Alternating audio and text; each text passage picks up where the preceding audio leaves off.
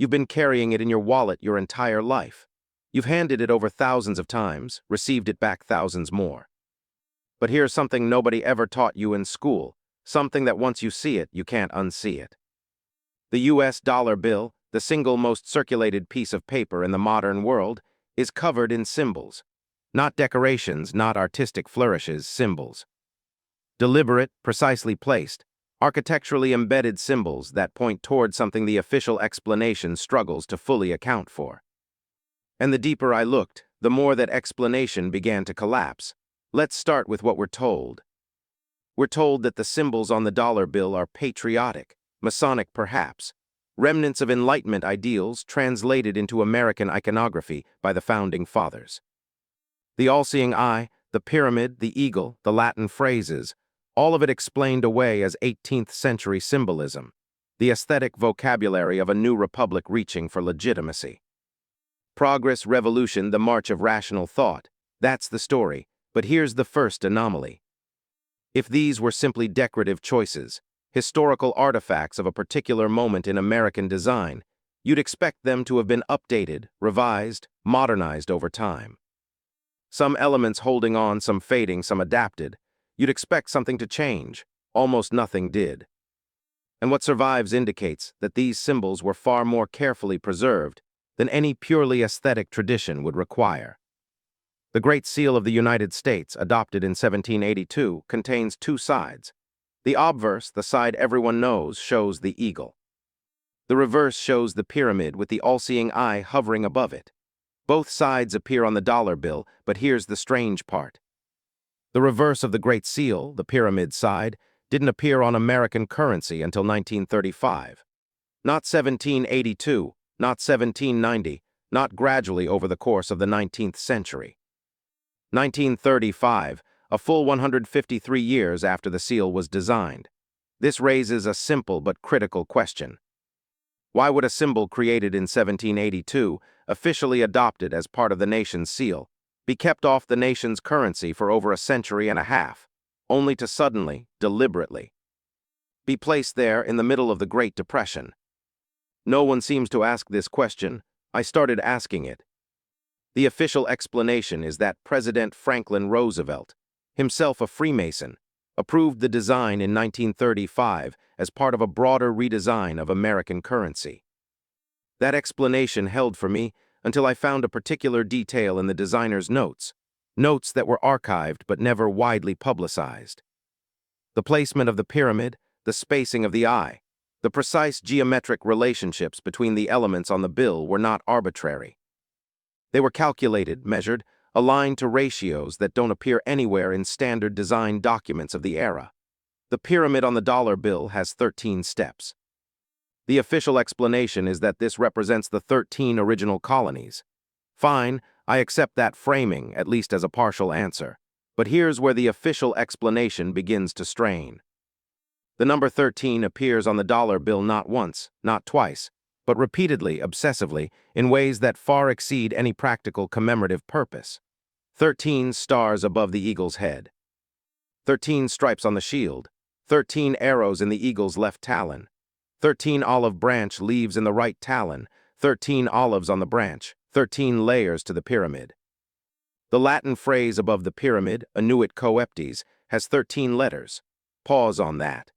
A designer in 1935 working on a currency redesign doesn't just include a symbolic nod to the 13 colonies. They embed the number 13 into the bill so thoroughly, so systematically, that it appears in every major design element, sometimes in ways you wouldn't notice unless you were counting. Why? The official answer is reverence for the founding, patriotic symbolism. And yes, the patriotism is real, the history documented. I'm not dismissing it. But the repetition, the precision, the architectural insistence on 13, not as a commemorative gesture but as a governing structural principle, the deeper I looked, the stranger it got. Because the symbolism didn't stop with the number 13. It spread, it became encoded. Now let's talk about the eye. The all-seeing eye hovering above the pyramid, separated from it, unfinished, radiant, staring outward.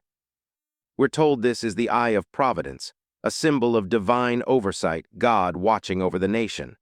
That's a coherent explanation, but here's what that explanation struggles to account for. The eye is not above the pyramid in the way a Christian symbol would typically appear above a structure. It's floating, it's detached. It's enclosed in a triangle of its own. A triangle within a triangle, geometrically distinct, radiating light in a pattern that resembles not a halo, not a traditional Christian iconography, but something else. Something older. The triangle containing the eye is equilateral. The pyramid below it is not. They are separate geometric systems placed in visual relationship but not in structural unity. This raises a simple but critical question. What does it mean for a symbol of divine watchfulness to be architecturally separated from the nation it's supposedly watching over? And why does the separation feel less like protection and more like observation? I am not a theologian. I am not making a religious claim. I'm simply asking, what do we actually know about why this eye is where it is? And why does the answer every single time appear to be, we don't ask that question? Here is what the official history of American currency tells us. The dollar bill was redesigned in 1935 to modernize its appearance, to incorporate anti-counterfeiting measures, and to reflect a unified national identity during a period of economic crisis. This is the official history, and it's largely accurate as far as it goes. But it doesn't go far enough because the symbols that were chosen, the specific geometric relationships that were preserved, the Latin phrases that were included, all of it points toward a design philosophy that exceeds purely functional or patriotic intent. Take the Latin, there are two phrases on the dollar bill. Annuit coeptes, which translates roughly to he approves of our undertakings, and novus ordo seclorum, new order of the ages. Both phrases are taken from Roman poetry.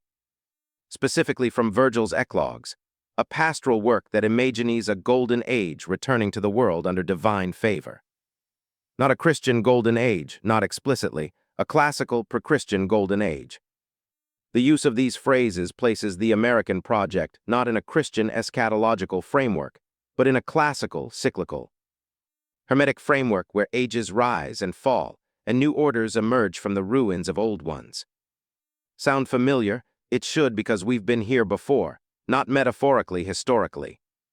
The deliberate invocation of classical rebirth, the phoenix rising from the ashes, the new order emerging from the old, this is not 18th century American patriotism. This is something older.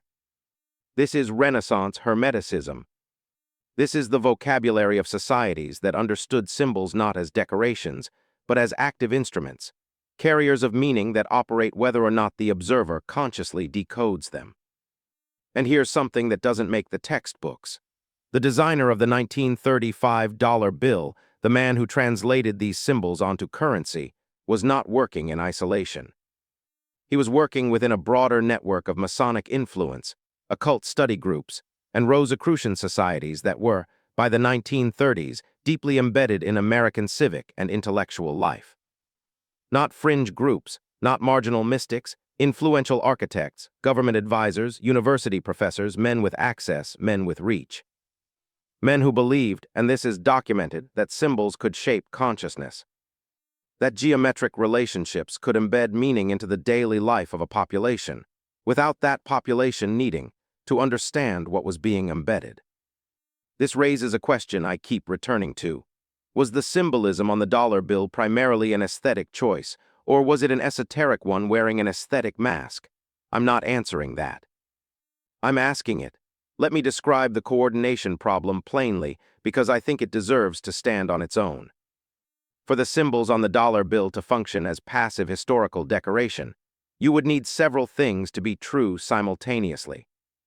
You would need the repetition of 13 to be coincidental, unplanned, the natural result of multiple designers independently gravitating toward the same commemorative number. You would need the geometric separation of the eye, and the pyramid to be aesthetically motivated with no symbolic intent behind the separation. You would need the Latin phrases to be chosen for their general inspirational tone, with no awareness of their hermetic philosophical context. And you would need all of this to happen without leaving a coordinating document, without a design manifesto, without a recorded explanation of why these specific choices. In this specific arrangement, were locked into American currency and preserved unchanged for nearly a century. The official history says yes. All of that happened organically because the ideas were simply appropriate, and appropriate ideas endure. The evidence suggests something much larger may have been at work, because the ideas didn't just endure, they endured with funding.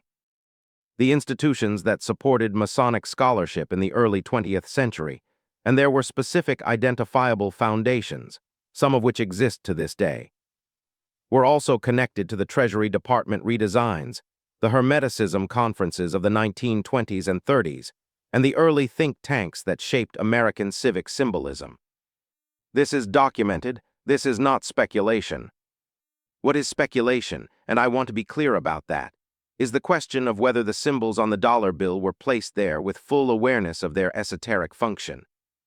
Whether the repetition of 13, the floating eye, the Latin invocations, were understood by someone somewhere to be doing something more than representing. I can't prove that, but I can point to the pattern. The pattern repeats with unsettling precision across every denomination, every redesign, every anti-counterfeiting update. The symbols stay. The geometry holds, the eye still floats. That's not an accident. Accidents don't have that kind of symmetry. Let us be specific about what these symbols actually depict, because I think we have become so accustomed to seeing them that we have stopped seeing what they show. The pyramid is unfinished. Literally, visibly, architecturally incomplete. The top is missing. The eye hovers where the capstone should be, but the capstone is not placed. The pyramid remains open, waiting, unfinished. The official explanation is that this represents a nation still under construction, a work in progress, the American experiment not yet complete.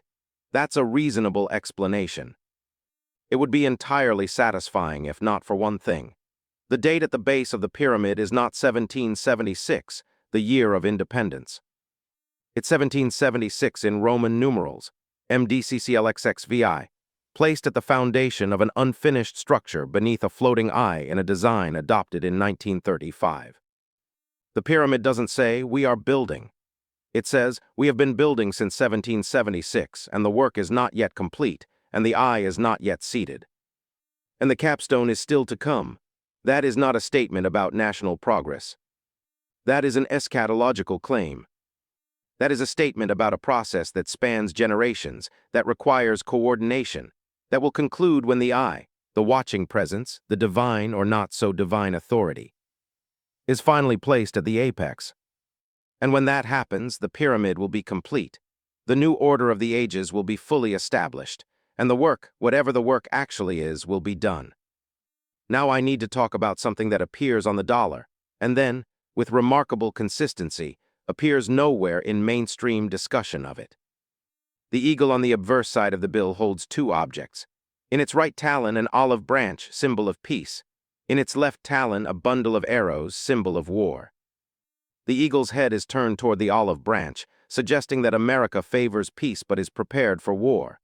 Standard iconography, easily explained, widely understood, except the arrows. Count them, there are 13. And the way they're arranged, the way they're bundled, the specific geometric alignment of the shafts, mirrors a symbol that appears in Roman iconography, in fasces. The bound rods carried by Roman magistrates as symbols of authority. Not suggesting violence, suggesting control, unity through binding, strength through coordination.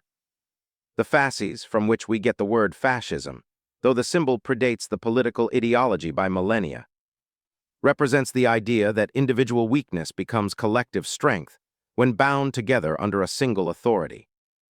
That's what the arrows are, not weapons in the traditional sense. Bound instruments of force held in reserve, waiting, and the eagle, the symbol of America, holds them, not wields them, holds them. Ready, the official explanation doesn't linger on this. I do because once you see it, the entire composition shifts. The eagle is not a guardian, the eagle is a keeper. It holds the peace and the war, the symbols of order and force, and it waits, watching, its head turned toward peace, yes, but its talons gripping both. Here's the strangest part. When I started looking for explanations of these symbols in official Treasury documents, in the designer's records, in the congressional debates over the 1935 redesign, I ran into a wall. Not a shortage of information, a wall. The decisions behind the specific symbolic choices on the dollar bill are almost uniformly underdocumented. In many cases, the approval records note that the designs were reviewed and accepted. Accepted by whom? No further documentation. In other cases, and this is where the timeline becomes impossible to ignore, the symbols are described as traditional, historical, appropriate, with no explanation of what tradition is being referenced or why appropriateness required such geometric precision. The first wave of questions came in the 1950s, when a few researchers and journalists began asking why the reverse of the Great Seal had been added to the currency. The official response was vague, invoking Roosevelt's Masonic background and a general desire for national symbolism. The second wave came in the 1970s and 80s, when occult researchers and conspiracy theorists began pointing to the Hermetic and Masonic elements on the bill. The official response shifted from vague to dismissive, framing the questions as paranoia, the symbols as harmless historical artifacts. But the symbols didn't change, they stayed. And the questions didn't go away, they accumulated. Researchers studying esoteric symbolism, Renaissance Hermeticism, and what some have called operative magic, symbols designed not to represent but to function, have noted repeatedly that the geometric and numerical structure of the dollar bill corresponds almost precisely to patterns used in ceremonial magic and alchemical diagrams. The repetition of 13, the separation of eye and pyramid, the use of Latin invocations, the unfinished structure waiting for completion, these are not patriotic flourishes. These are, in the language of Western esotericism, active glyphs, symbols that do something. I am not a magician. I am not making an occult claim. I'm simply asking, what do we actually know about why these symbols were placed where they were, in the specific arrangement they were given, and preserved unchanged for generations? And why does the answer, every single time, appear to be, we don't ask that question? Here is what the official history of the dollar bill tells us. It's a currency redesigned from 1935, incorporating traditional American and Masonic symbolism, patriotic in intent, decorative in function, unchanged because there's no reason to change it. This is the official history, and it's largely accurate as far as it goes. But it doesn't explain the precision. It doesn't explain the repetition. It doesn't explain the unfinished pyramid, the floating eye, the bound arrows, the Latin invocations of a new age, or why all of this was locked into place in 1935. In the middle of the Great Depression, when America was on its knees and held there, unchanging, through every war, every crisis, every redesign for nearly a century. It doesn't explain why the most circulated object in American life, the thing you hand over without thinking, the thing children grow up seeing, the thing embedded in every transaction, is covered in symbols that point not toward the past, but toward something still unfinished, still waiting, still watching. I want to leave you with a few questions, not answers, questions.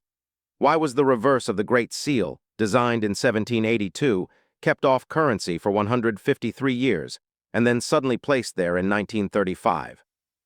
Who made that decision, and what were they told it would accomplish? Why does the number 13 appear so systematically, so obsessively, on the dollar bill that it governs not just commemorative elements but geometric structure? And why does the mainstream history of American currency show almost no curiosity about this repetition? Why is the pyramid unfinished? Why is the eye floating? Why does the capstone remain unseated after nearly 250 years? And what does it mean for a national symbol to depict incompletion as its central image? Why do the Latin phrases invoke not Christian providence, but classical cyclical rebirth, the new order of the ages rising from the ruins of the old? And why, when you begin asking these questions, do you find yourself arriving at the same answer over and over again? We don't talk about that. We don't ask that. It's just decoration. It's just history. It's just a dollar bill. Once you see it, you can't unsee it. The symbols are there. The geometry holds. The repetition is real. The eye still watches. The pyramid remains unfinished. And somewhere in your wallet, in your pocket, in every transaction you make, you are carrying a piece of paper that may be doing more than representing value. It may be announcing something. Not to you, not consciously, but to anyone who knows how to read it. And the question, the one I cannot answer but cannot stop asking, is this. What happens when the work is complete? What happens when the capstone is placed? What happens when the eye descends, the pyramid closes, and the new order of the ages, announced in Latin on every dollar bill in circulation, is finally, fully architecturally established? I don't know, but the symbols suggest someone does, and they've been telling us in plain sight for nearly a century.